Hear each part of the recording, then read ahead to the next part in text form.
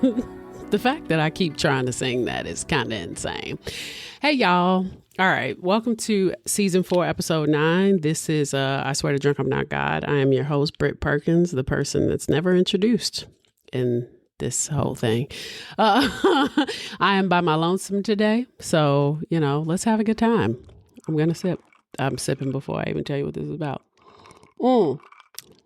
There's a lot going on, so I'm cosplaying not being dead inside, and I need to stop saying that because the universe is going to start taking my word for it.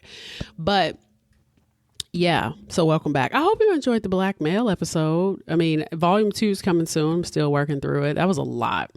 I tried so hard to condense that episode. I tried just simply giving you like the moments in history that you will recognize, and I got high and I fucked up a little bit, but hopefully you enjoyed it. I mean, that's the best I could do. Look, I just got to give it to you. You got to go out there. You got to give 110%. You got to figure out the shit on your own. We're all adults here. All right. I hope we're all adults here because I'm ruining some teenager's life, I'm sure.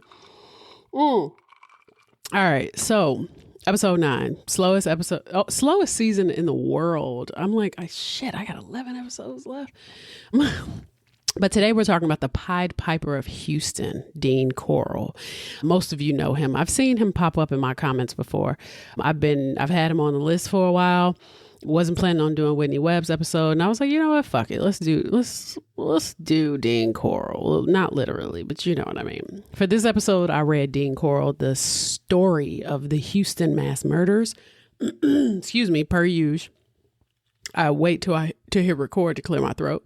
By Jack Rosewood, and I watched The Clown and the Candyman on Investigation Discovery, because if we're going to go there, we're going to go all the way.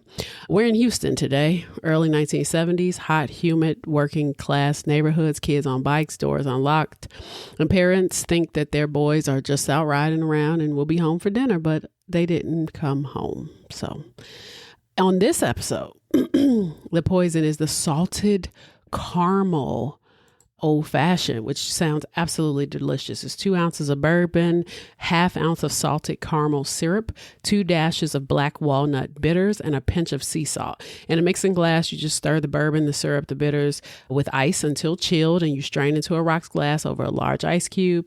And you garnish with a thin slice of apple or a piece of hard caramel candy. And I am definitely putting this on my recipe list. I would just also like to say too, if I ever inundate you with syrups in these recipes, feel free to go to Marshall's.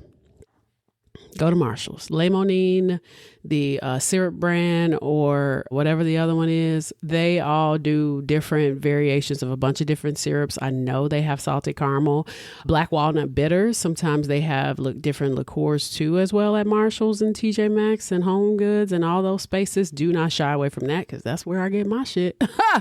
You hear me? Sip. I'm starting to show my age. All right, let's do this. Yeah, this is a lot. I usually have my little introduction, my little moment where I catch you up on shit, and I just don't see no point in doing that. There's a lot going on. Nothing is fun. Nobody's having fun for real. I make fun where I can, but at the end of the day, the world fucking sucks. Jasmine Crockett lost yesterday. It is what it is. Y'all still ain't learned shit, but that's okay. We got to keep, it's like when you're like dating or sleeping with the same people over and over again. At some point, the universe is like, hey, I'm going to keep delivering the same fucking lesson until you learn it. And we just be like, all right, well, I guess that's what it is. So that's where we are. We're also in the middle of a war, apparently. That's always fun. I don't really have notes on that, so I'm going to keep it cute. But I just want to know that if you voted for Donald Trump, I'm mad at you, and I'll probably be mad at you for the rest of my days. Anyway, so we're going to start from the beginning. We're going to talk about Dean Corll. Now, who is Dean Corll? Okay, Dean Arnold Corll was born December 24th, January 1939 in Fort Wayne, Indiana, to Mary Emma Robison. maybe Robeson, and Arnold Edwin Corll. His parents had a pretty violent relationship. Corll's father was a strict disciplinarian, and eventually they divorced when Dean Corll was around 6. His mother was left to raise Corll and his brother Stanley alone.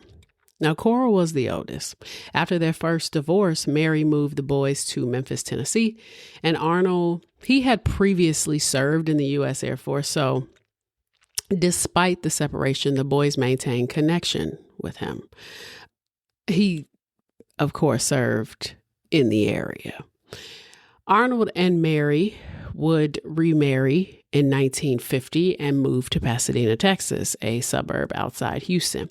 By 1953, they were divorced again. It's, different time. You just gotta be like, hey, whatever. He's the devil. I know. We're just gonna do this again. And he was probably thinking the same about her. Like, whatever. She's got my kids. Let's see what happens. And they got married again and moved to Pasadena, Texas, a suburb outside of Houston. By 1953, they were divorced again, and Mary would eventually remarry to a man named Jake John West. They moved again when Mary had another child, a daughter, in 1955. And at this time, Corll is pretty shy, so he really didn't socialize with children, but he was overall a good kid. He was eventually diagnosed with a heart murmur, which kept him out of physical activities. That kind of set the stage for him being a little bit of a loner. But for the most part, people thought that he was really sweet. A life with ailments like that, that's hard for a young boy. I mean, it was hard for me. I was a tomboy.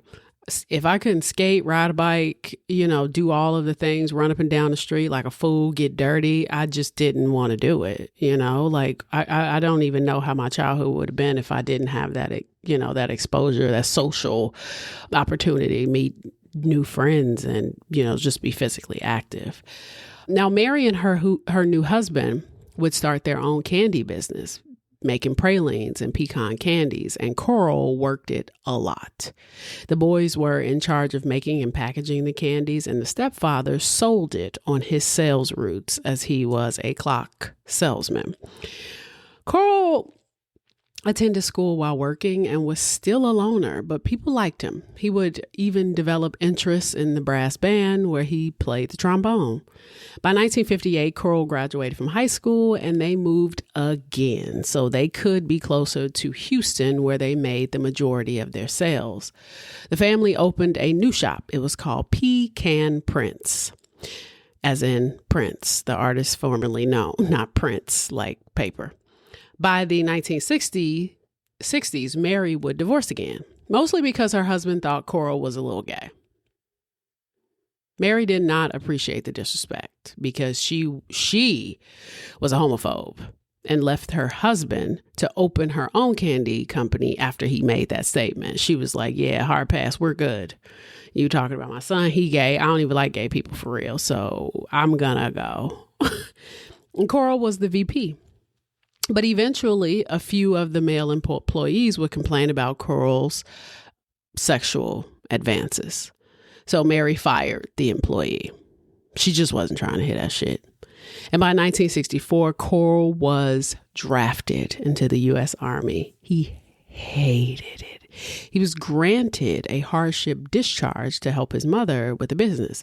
He was in for like 10 months and he left in 1965. But it's believed that Corll knew after his Army experience that he was gay and had gay encounters with men while serving, which doesn't really surprise me because I've heard that in military training as well as in the service, it's kind of like jail in some capacity where men do sometimes they get raped or they, are sexually assaulted. So that totally makes sense. Now, his sexuality at this time would not have been a concern outside of Texas. But the bigger issue was Corll was known for being weird around teenage boys. It's not a problem that you're gay, but they're underage. Pedophile is a little bit different. He had a girlfriend too, which is crazy, but he was also super closeted and he was a sexual deviant. he started to give candy to the local kids, as the candy shop had relocated across the street from an elementary school, which is always safe. With this, people called him the Candy Man or the Pied Piper. Now, if you don't know the Pied Piper and you only know the reference because of R. Kelly, well, I'm gonna be honest, I looked up the reference to the Pied Piper when R. Kelly started talking about the Pied Piper, and I was like, the rumors are true. But this is the story of the Pied Piper. The most common version of this story is set in the German town of Hamelin in 1284. That's how old that story is. The town of Hamelin is overwhelmed by a massive rat infestation, and desperate for a solution, the town's leaders hire a mysterious stranger dressed in a multicolored or pied clothing, right, outfit. The piper offers to rid the town of the pests for a specific amount of money. The leadership agrees to the price, and the piper plays his pipe. And the rats, entranced by the music, follow him to a nearby Weser River, where they drown.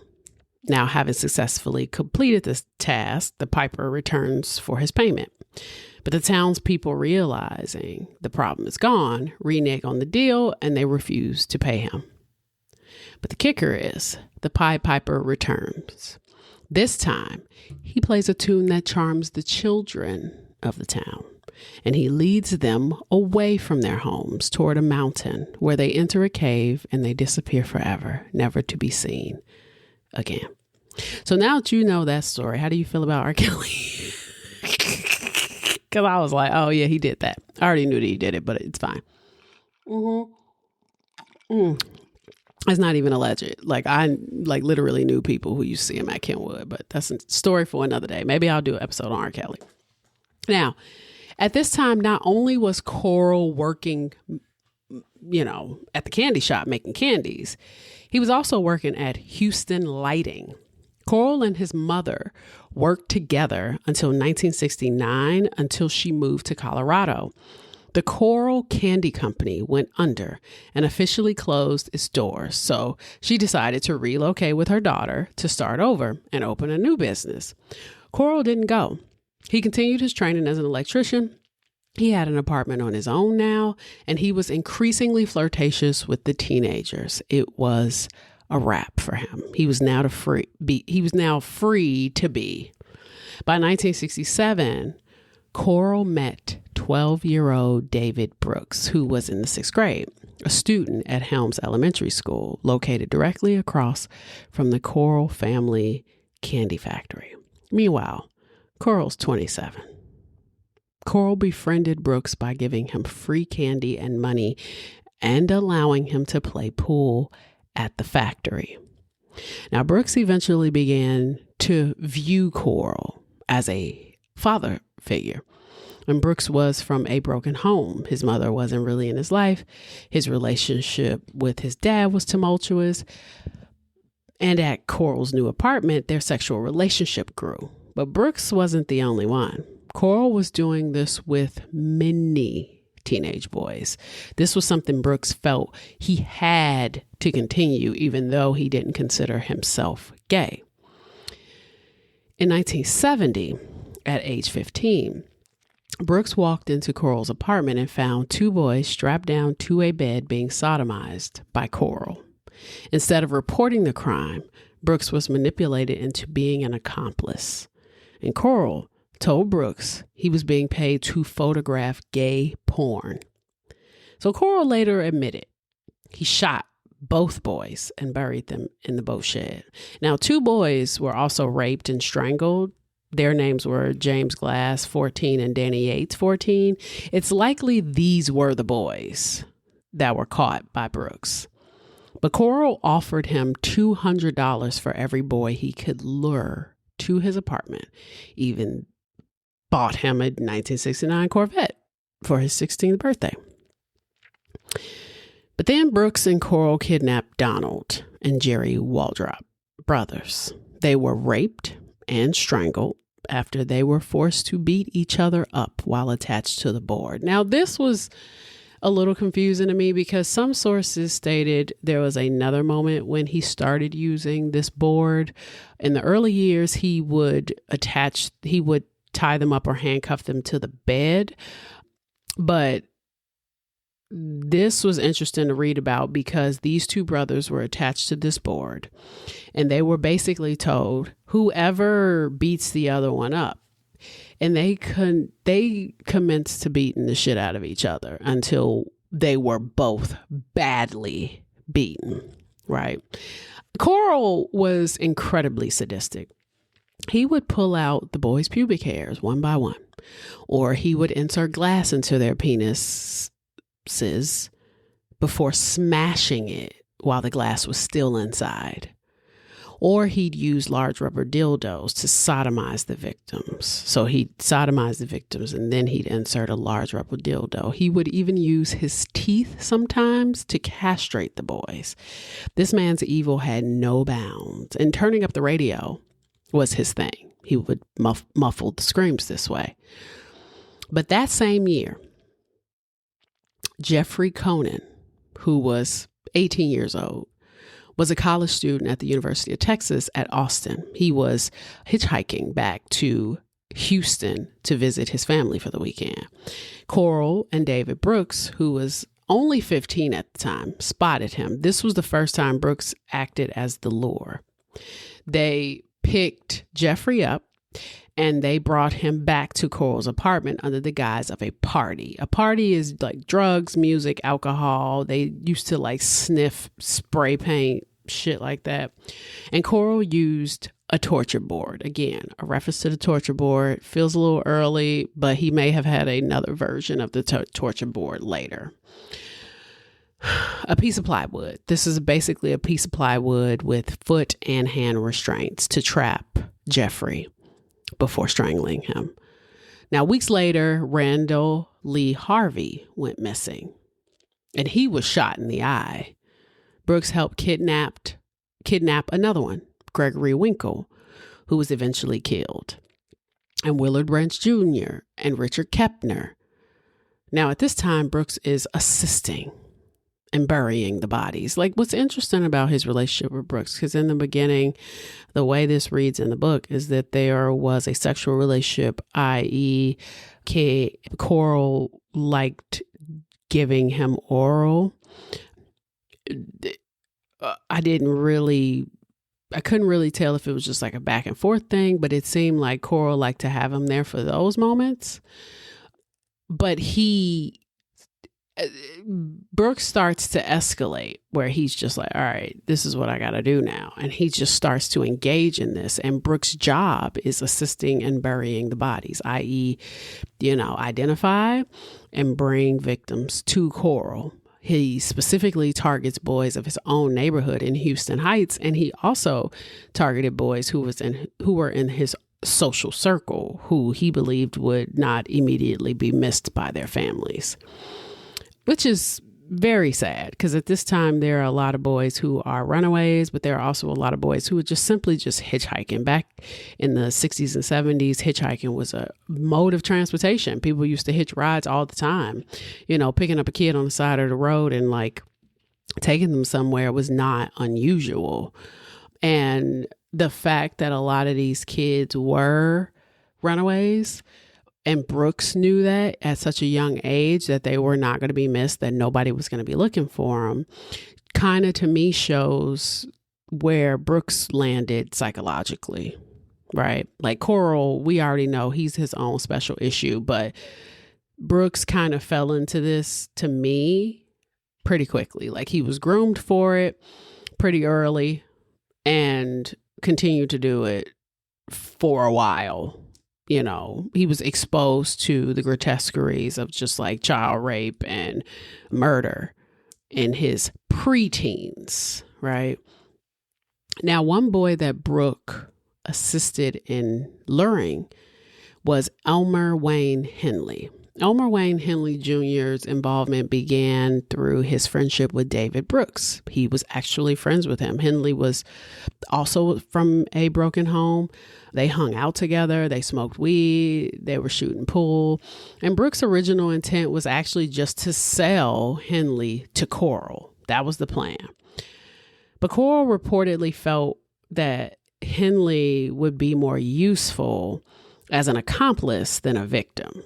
He used his grooming process, which is basically like presenting himself as like this half kind of stable, hardworking mentor, a figure that Henley admired because Corll had like a steady job and he seemed to have had his life together.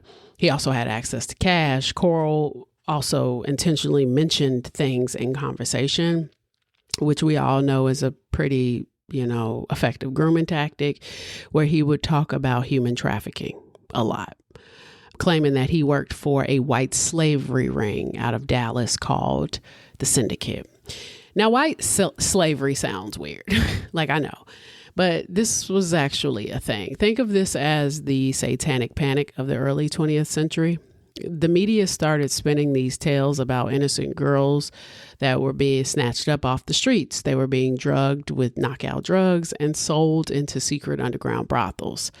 But the public was told that these were foreign syndicates, usually code for immigrants, and they were running a mass kidnapping ring. Now, I've been writing a script, for a little under a year.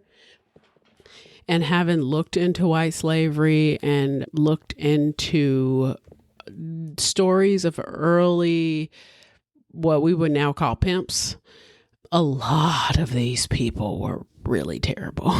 Like satanic panic, and how the public respond, I think is an effective way to explain it to the uninitiated. But if you know anything about what was going on in the early years, these syndicates were not foreign. They were, some of them were, but a great deal of them, these massive kidnapping rings, because there was definitely exploitation. These were also Americans who were just like here already. But then again, like most of the Americans that were here already was foreign. So I guess they are foreign syndicates. But most of the victims were actually poor women who had moved to the city for work, or they ended up in sex trades because they were starving.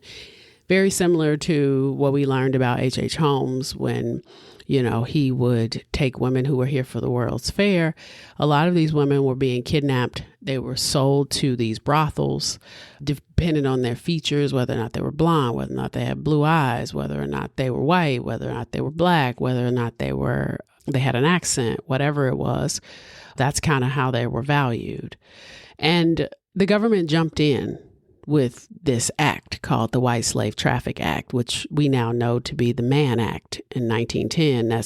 That was sponsored by James Robert Mann of Illinois. And on paper, it was supposed to stop human trafficking. But in practice, the law made it a felony to take, a woman across state lines for prostitution, debauchery, and any other immoral purpose. If you watch Dave Chappelle's last stand-up, he talks about this. The loophole is that any other immoral purpose, which is relative at this point. Like there are some things that are just flat out legal, but immoral is kind of like, that could be anything. Gay people are immoral to some people. So that's kind of like it's a massive loophole. But the FBI, which at the time was called the Bureau of Investigation, used it to ruin anyone they didn't like, which we learned about in the black male scandal, not specifically white slavery, but we did learn about how the FBI just really liked ruining people that they didn't rock with. But they famously used it to take down Jack Johnson, who was a black heavyweight champion. He was a boxer, obsessed with dating women, obsessed with the idea of winning and losing fights and then going off and sleeping with white women. It's just, whatever. I guess he felt like that was political. But he ends up getting hit with the Mann Act, and just because he was traveling with his white partner. So there's that. Personally, regardless of the laws, I have little to no sympathy. Sorry. I just don't. I don't really have sympathy for people like Jack Johnson. No disrespect. Like, low key, like, you could have just not dated a white woman, but you just had to. You just had to. But moving on. Now, Corll offered Henley $200, which is equivalent to around $1,600 today for every boy he could bring to the apartment. Now, there's no proof, actually, that money was really ever exchanged. I mean, he was basically paying for them to live and giving them cars and things like that. But, you know, we don't have proof that there was actually money exchange. But Corll bought their silence. And he bought their loyalty. He turned them into employees, which made the murders feel more like a job rather than a crime. And Henley was sometimes even given a Plymouth GTX to drive to look for the boys. Now, Henley, he initially ignored the offer, but agreed in early 1972 because he was experiencing personal hardship. It seems his mom knew something was up. But they really needed the money, which is pretty fucked up. I mean, he already knew many boys were disappearing and even helped try to find some of the missing teens. But Henley and Corll planned to get these boys using the quote unquote handcuff game. Now, Henley had to cuff himself behind his back, secretly unlock it, and convince the boy to try to do it himself. And Henley helped procure his first boy, and Corll claimed that he sold him to the syndicate. Corll told him that he was now, quote unquote, implicated in a crime and would go to prison if he didn't continue to cooperate. Now, Henley took this payment and he gave, allegedly, and gave some money to his mom before buying himself an air rifle. A month later, Frank Aguirre, after he was promised weed and beer, was killed, and they buried his body at High Island Beach. And they were killing teenagers one by one, okay? Corll and Brooks even killed Henley's friend, David Hillegeest, and David Hillegeest's friend, Gregory Winkle. Henley kept helping him and eventually seemed to develop a liking to all of this. He was fascinated by what he called the stamina people had when they were subjected to these awful things like torture and murder. Then there was Mark Scott, who was kidnapped because apparently he cheated Corll on a sale of stolen goods. They tortured him with incense cones and strangled him. I don't understand what you did with the incense cones. Honestly, I didn't even really want to know. I will never look at incense cones the same if I do, so I'm just going to leave that where it is. But the strangling was initiated by Henley and completed by Corll. Scott actually, though, may have been a procurer before Henley, so he knew what was coming, and he actually fought. By some accounts, the death of Mark Scott is actually what led Corll to constructing the bondage board, an 8 by 2.5 foot board with handcuffs and rope attached, because Mark tried to stab him. And Corll had asked Henley once to sodomize 2 victims, but he refused. The 2 boys were forced to write letters to their parents, telling them that they found a job working for a truck driver, loading and unloading from Houston to Washington. And he strangled both boys to death and shot one in the face. But the boy, Johnny DeLome, was still alive. And this was sad because he pleaded for him not to kill him. But Corll and Henley strangled him anyway. The other victim, Billy Balch, his letter raised some suspicions because his father was a trucker and knew that wasn't a thing. The victims were buried on the beach. Now you're probably thinking, okay, we got all these kids coming up missing. Where are the parents? Where are the police? I'm going to tell you where they are. It's the 1960s, 1970s. Most of these police officers are really not engaged in the search for a missing child because missing children are just an everyday occurrence. They're constantly running away. They're constantly getting kidnapped. They're constantly just leaving and just not telling anybody where they're going and then randomly showing up. They didn't feel like they were really, honest to God, worth the resources for a while. at the same time, there was no full suspect list. It wasn't like, oh, okay, well, Johnny's dead. Maybe there's something we should do about this, because they didn't really know that anybody was dead. They just knew that they were missing. I think this would have been a different situation had there been bodies that just all of a sudden showed up missing. But that's not the case. And Corll wasn't an idiot. He would move a lot to avoid suspicions. He basically moved from Harold Turboff Apartments to Schuller Street, Westcott Towers, to Wirt Road, to Lamar Road, and all killing grounds for him. But burying victims at the beach and at the boat shed was turning to a new normal.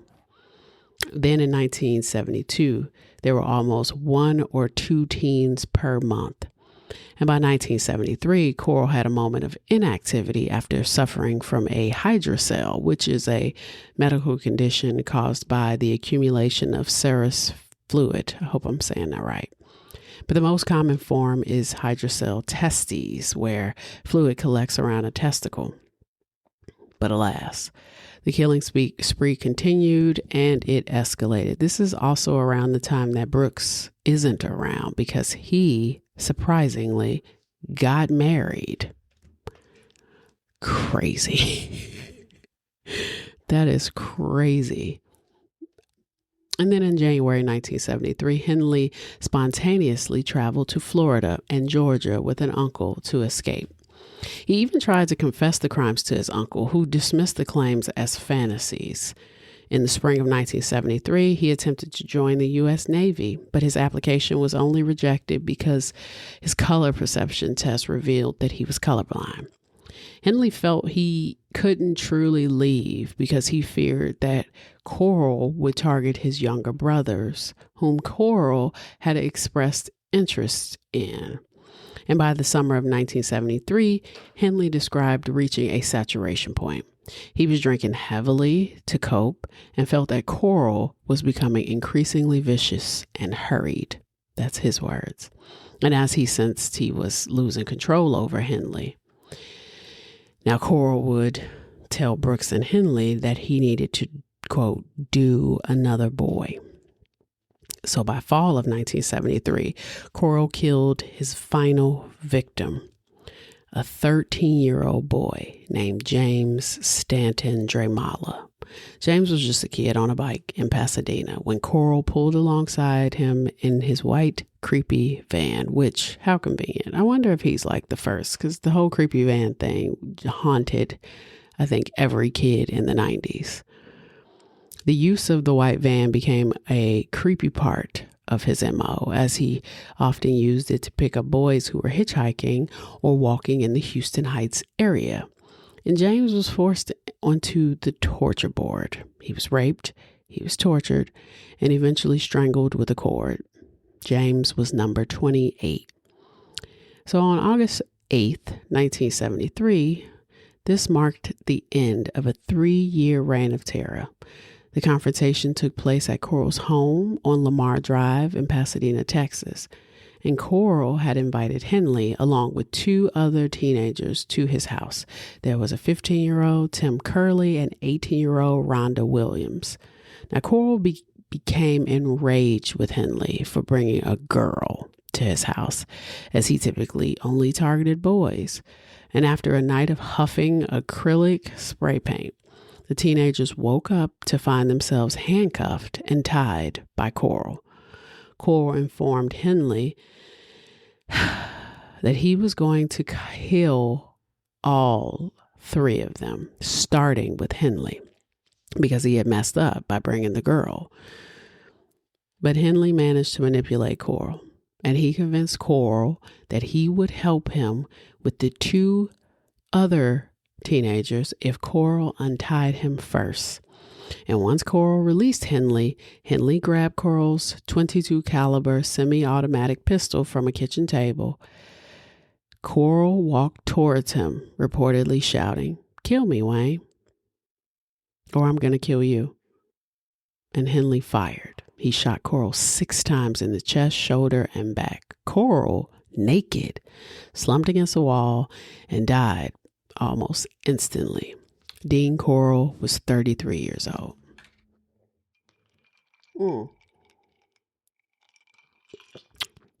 It was later believed that Corll was obsessed with aging, which I think is interesting. And he felt like doing all of this kept him young. And there are likely motives like his upbringing, because Corll grew up in Houston Heights, a working class neighborhood where he was often seen as the effeminate kid who didn't fit in. So Henley swore up and down that Corll was selling, quote unquote, assignments and victims to the syndicate. If this is true, his motive was partially entrepreneurial, and he viewed these boys as inventory. And many profilers believe his spree was a delayed, violent response at the demographic that rejected or bullied him too. But Dean Corll was a guy who figured out how to monetize and management style his own psychopathy. He used the Candyman persona to bypass the neighbor's defenses and then use his generosity to turn 2 teenagers into his personal hit squad. Whether he was doing it for a paycheck or just for the God complex high, the motives are the same. Absolute ownership, power. Immediately following the shooting, though, Henley called the Pasadena Police Department, and he originally claimed that he killed Corll in self-defense to protect himself and the other 2 teenagers. But during the subsequent interrogation, Henley's story shifted from a simple self-defense case to a mass murder investigation. He told detectives, "I killed him, but he killed some others," and offered to lead them to the boat shed. Police found 15-year-old Tim Curley and 18-year-old Rhonda Williams handcuffed and tied up, confirming that they were being held captive.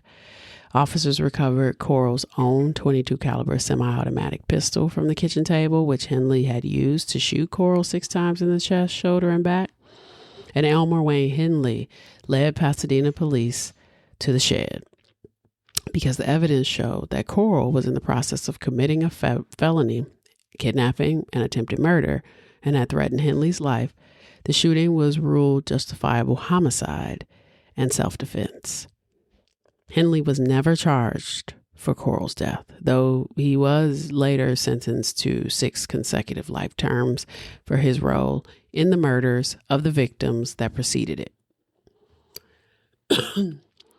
Now, Henley told investigators he eventually realized that anything was preferable.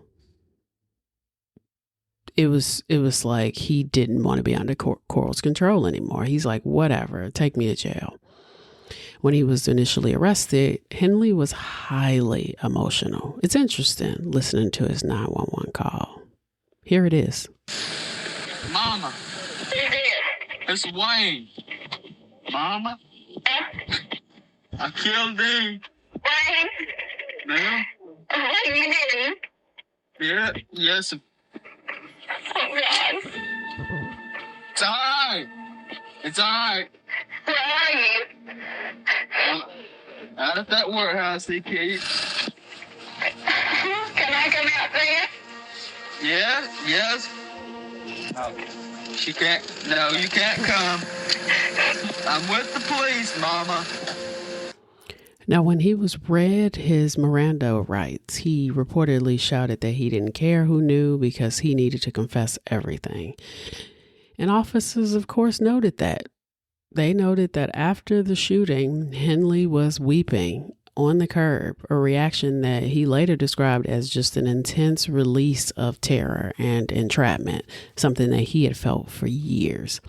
So while Henley's reaction was immediate and super explosive, David Brooks' response was more calculated, and it was characterized by an initial attempt to distance himself legally before ultimately providing a full confession. Brooks didn't wait for the police to find him. On August 9th, 1973, which is the day after the shooting, he went to the Houston Police Department of his own free will to give a witness statement. And in his initial interview, he tried to frame himself as a bystander.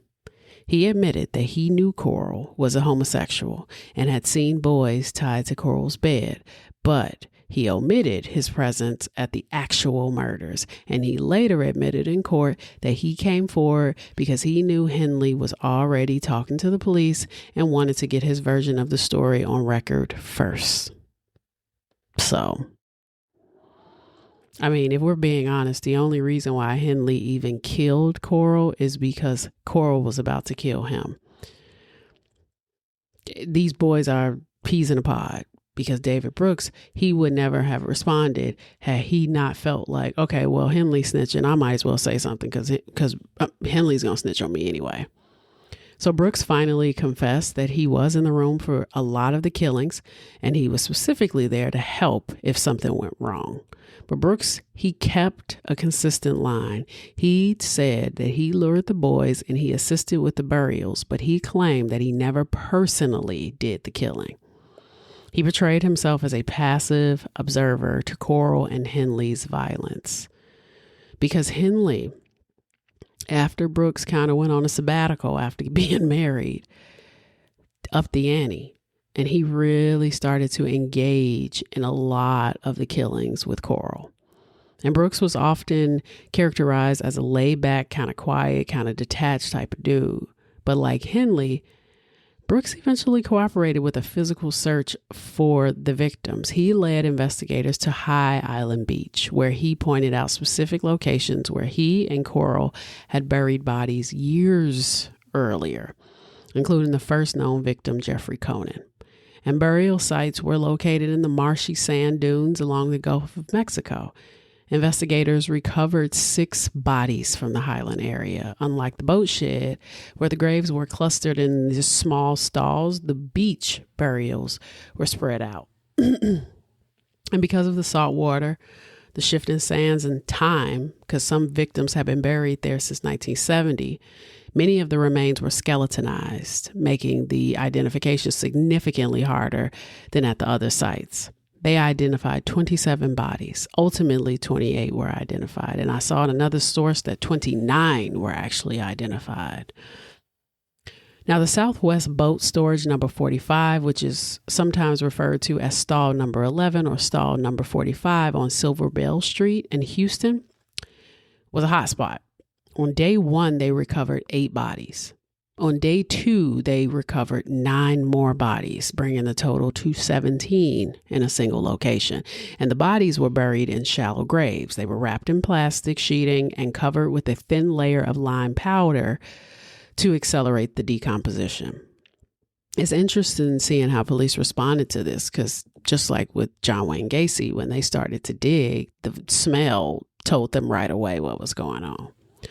Now, Elmer Wayne Henley Jr. was convicted of 6 counts of murder and received 6 consecutive life sentences amounting to 594 years in his initial 1974 trial.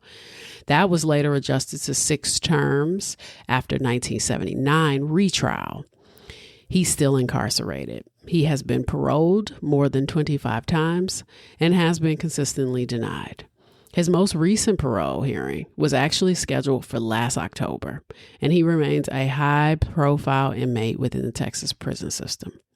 Now, David Owen Brooks was convicted of a single count of murder, specifically the death of 15-year-old William Ray Lawrence, and sentenced to life imprisonment in 1975. Now, William Ray Lawrence was killed after being held captive for 3 days, and on the 3rd day, he was killed by strangulation with a ligature. But after the murder, Corll and Brooks transported the body to San Augustine County. And from Brooks' confession, he admitted that he and Henley actually fished at the lake for over 3 hours before he and Corll buried Lawrence's body in a trench near a dirt road. So I think it's kind of hard to think of these kids as teenagers because they knew they were doing something wrong. I know a lot of the time we like to look at children and teenagers and think, well, these were kids that were groomed and things like that. But it has been repeatedly stated throughout many different texts about David Brooks and about Elmer Wayne Henley that they were both kind of removed a little bit from all of this. Henley is probably the most emotional out of the two, but Brooks, I think, has been groomed for so long that it was whatever, right? Brooks eventually died in prison on May 28, 2020 at 65. His death occurred at the Galveston Hospital due to the complications from COVID-19. And he had served approximately 45 years of his sentence and had been denied parole over 20 times. Now, Corll's mother's first reaction was a total refusal to believe her son would do such things. I mean, of course, she repeatedly told the press and investigators that Corll was a clean-cut, wonderful boy who wouldn't hurt a fly. Okay. She initially tried to claim that Elmer Wayne Henley and David Brooks were the true masterminds who had somehow corrupted or tricked her innocent son, who was substantially older. She attended the trials of both Henley and Brooks, but she wasn't there to support the victim's family. She was there to protect Corll's name. And she actually sued the city and the police over the unlawful search of Corll's property, regardless of them finding a slew of bodies. It was a move that many saw as a slap in the face to the 28 families that were mourning their children. And she was so convinced of his goodness that she never questioned why her 33-year-old son was spending all this time and her money, by the way, hanging out with 15-year-old boys. It is a reminder that sometimes the people closest to a monster are the ones less likely to see the teeth. And at the time of the interview, Mary had not seen her son in 5 years, but remained in frequent telephone contact with him from her home in Colorado. Now, I want to get into a bit of a theory that was explored in the documentary I watched, The Clown and the Candyman. I watched this documentary years ago, and this theory connects John Wayne Gacy to Dean Corll. Now, some researchers have suggested that Gacy may have studied Corll's case. Most of us know who John Wayne Gacy is. This is one character I never planned on doing an episode on. It's been done ad nauseum, but if you don't know who he is, John Wayne Gacy operated in suburban Chicago between 1972 and 1978, and he was convicted of the torture and murder of at least 33 teenage boys and young men. He ran PDM Contractors. It was a successful construction business. He used that business to lure victims by offering them high-paying labor jobs. And he performed at children's parties as well and charitable events as a character named Pogo the Clown. So Gacy was caught following the disappearance of a 15-year-old boy named Robert Peast. Peast had told his mother that he was going to talk to a contractor, Gacy, about a job. And when police searched Gacy's home, the overwhelming smell of decomposition led them to the crawl space. And Gacy was executed by lethal injection in 1994. And his case remains an awful example of a hidden in plain sight type of predator, similar to the BTK. But unlike many serial killers who were social outcasts, Gacy was a respected member of the community. The documentary series argues that these men weren't just lone wolves. They were not just lone wolf serial killers, but they were a part of a larger organized network of child sex traffickers that operated with the degree of protection or indifference from authorities at the time. And both these killers used teenage henchmen, basically, like Henley and Brooks and the employees of Gacy, to help lure victims to Gacy, and Corll. But this is widely believed to have been used as Dean Corll's murders had likely been used as Gacy's blueprint. Corll's crimes were described in August of 1973, while Gacy's active period was 1975 to 1978. So their methods are pretty much identical, very similar, and they both were suspected of being a part of a shared network of predators. Now, Gacy is famously used or known to have used the handcuff trick. In the documentary, he talks about using the handcuff trick to restrain his victims, which was the exact method that Corll used. Police also found a copy of The Man with the Candy about Dean Corll in Gacy's home, suggesting that he was studying Corll's methods. But both used wholesome community personas, the Candyman and the Clown, to mask their crimes.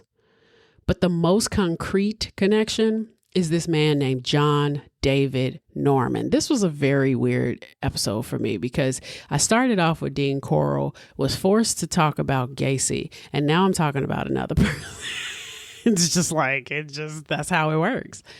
John David Norman ran a nationwide pedophile and sex trafficking ring called the Delta Project out of Dallas.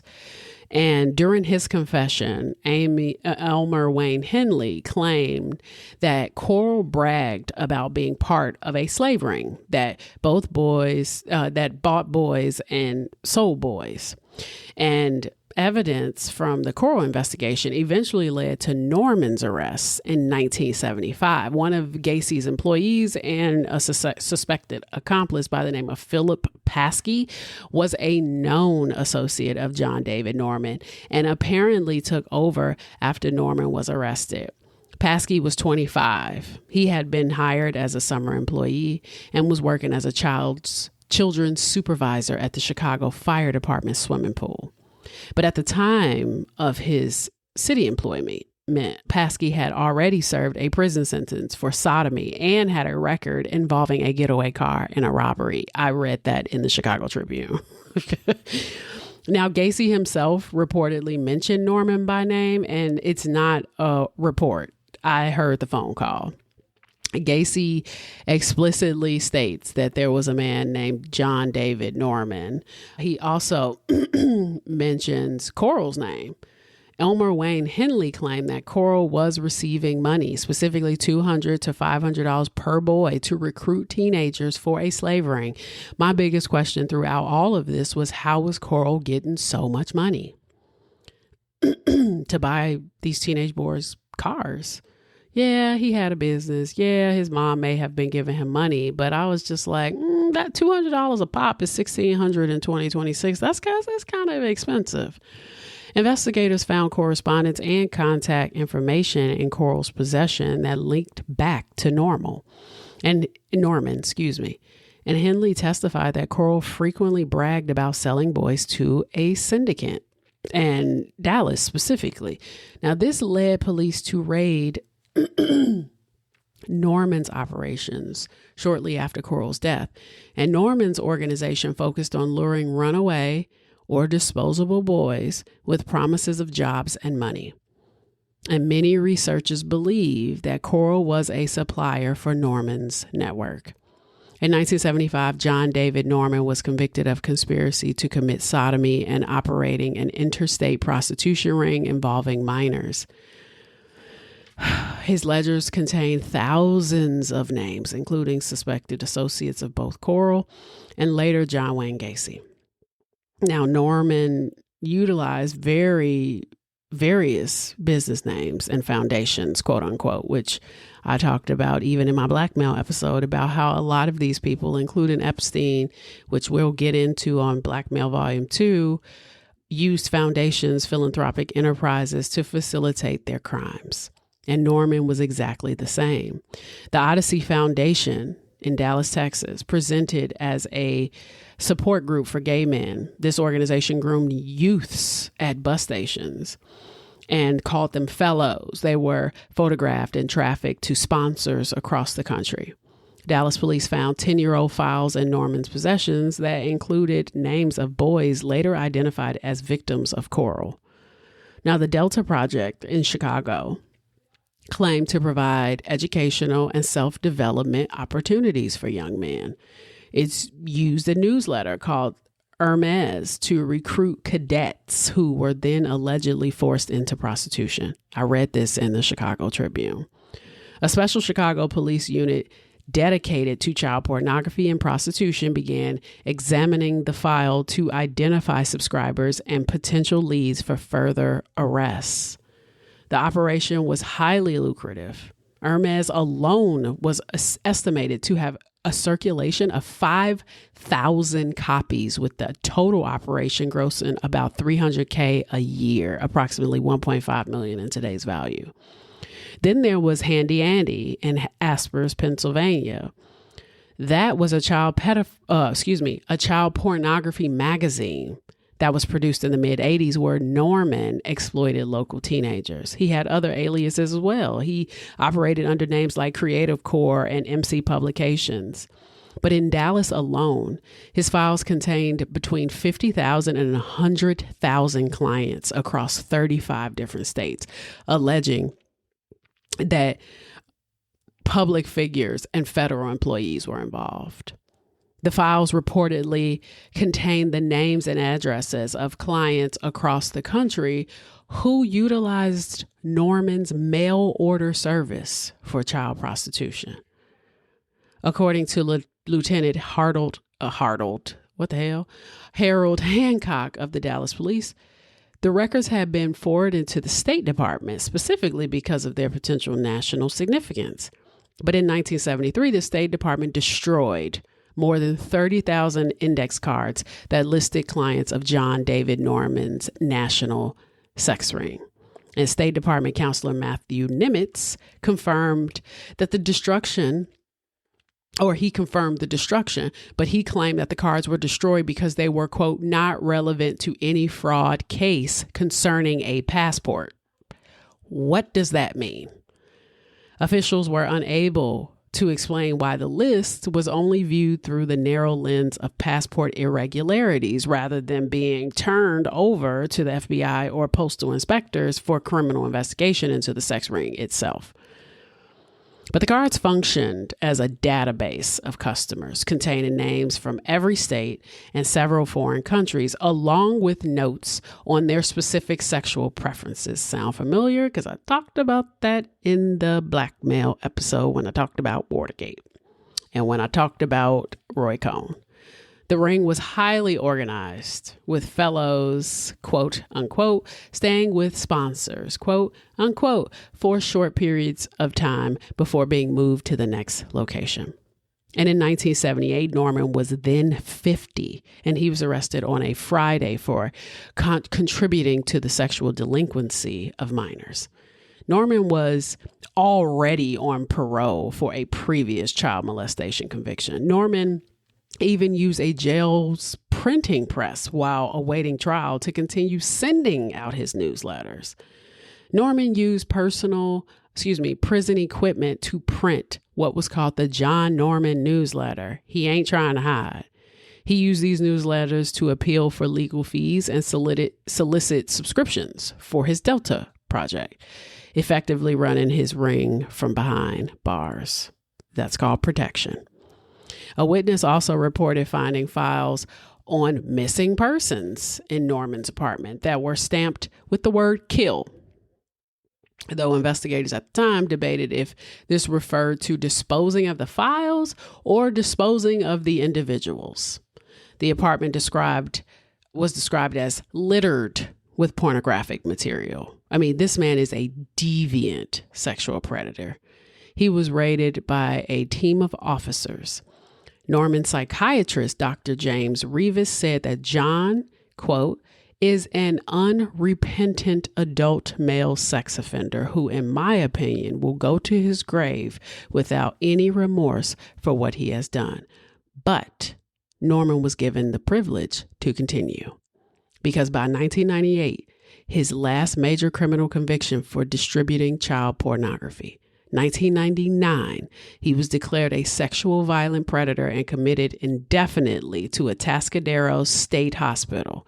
October 2008, he was granted a highly controversial supervised release to a rural community.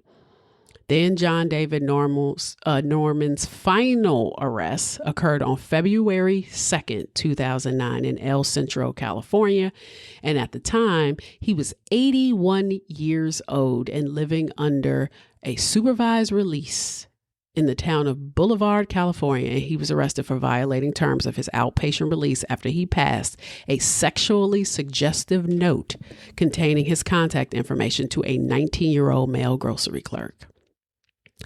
March 2009, a judge revoked his outpatient status. He was returned to state custody at Coalinga State Hospital, where he remained until his death in 2011. Now, while decades apart, the similarities in alleged MO suggest a chilling, consistent blueprint for large-scale child exploitation. Now, this should sound familiar at this point. You've got Norman in the 1970s running the Delta Project. Like Epstein, they both built these legit fronts to weaponize the American dream against the most vulnerable. And while Norman used the talent agency hustle to lure boys for his Houston, Dallas slave ring, the Epstein used philanthropy for his global network. The engine was exactly the same, a predatory chain. Later, Epstein also used talent agencies. By funding like MC2 and Jean-Luc Brunel, for example, Epstein had a supply chain. He weaponized the prestige of Victoria's Secret's Les Wexner as well to turn over shopping malls into a hunting ground.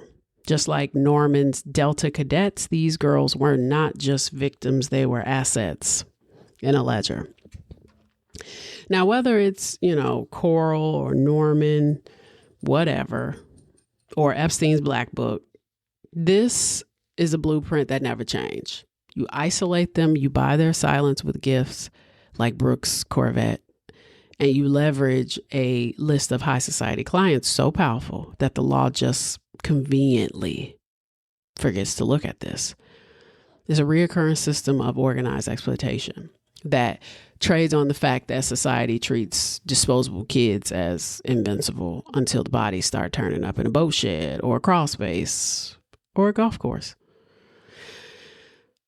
I don't know if you all listened to Sasha Riley's interview. I had a video go viral on this.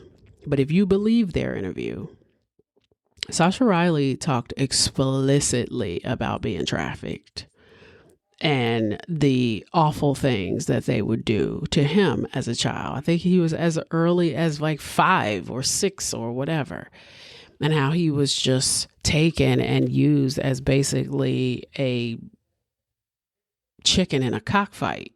He was forced to fight. He was raped. He saw people be murdered. He saw other people be raped by very, very, very powerful men. Please go listen to Sasha Riley's interview. It's very, very interesting. If it's still up, it was on Substack. But the core takeaway is that whether it's a boat shed in 1973 or a private island in 2019, the mechanics of the, corporate predator remain exactly identical. It's all about building a high status front, right? The Candyman, talent agency, the financier, the construction entrepreneur, to create a power imbalance that is so huge that the victims feel that they have no choice but to comply. And the public feels like it's too huge to be true. And that's one of the reasons why I wanted to do this episode as well, because it fits.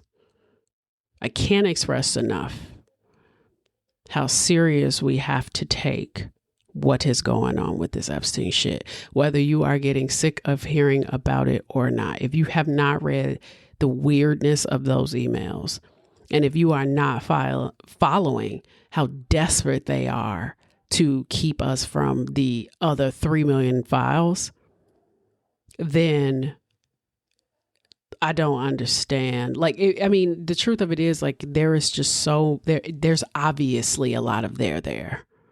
They would not be trying this hard if it wasn't any there. I watched Bill Clinton's deposition.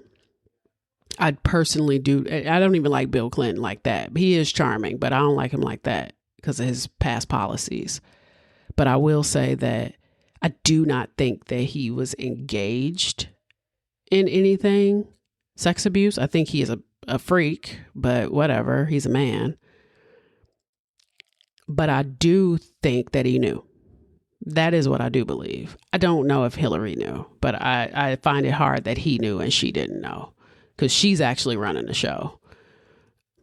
So anyway, this isn't going to turn into a whole Epstein spiel, but it's a nice buffer for us to get into Whitney Webb's, Black Male Volume 2.